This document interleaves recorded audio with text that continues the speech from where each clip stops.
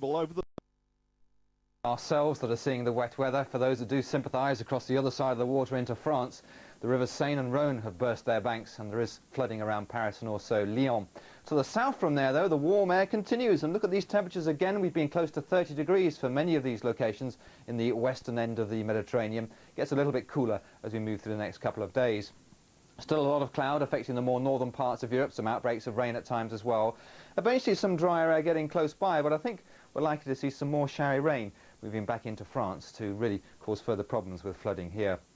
Now, the other side of the water, close to home, we've had some rain last night. Guernsey was the top of the league at 16 millimetres or so, but many places saw roughly around 10 millimetres of rain through the night.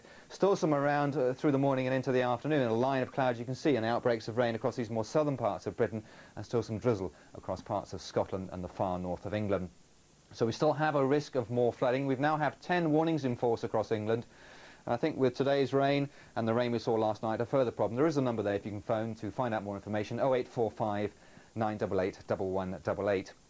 Now, the reason for the rain, this area of low pressure, this chappie moves out of the way, but unfortunately another one threatens from the south through tomorrow, especially towards the end of tomorrow, eventually moving out of the way. By the time we get to the early part of next week, we start to see a little ridge of high pressure dry things out, but also give us quite a keen easterly wind and a return to the overnight frosts.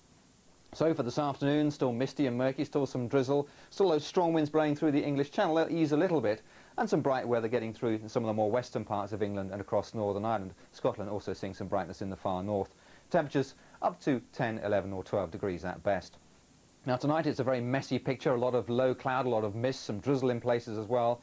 I think temperatures holding up quite nicely though. We're likely to see those figures not get much below around 2 or 3 degrees, perhaps a touch of frost across parts of Scotland.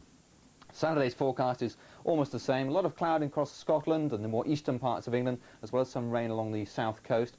For the boat race on Saturday afternoon, it looks like it'll be dry, but with the winds from the east and temperatures around about 12 degrees. That's from Putney to Mortlake.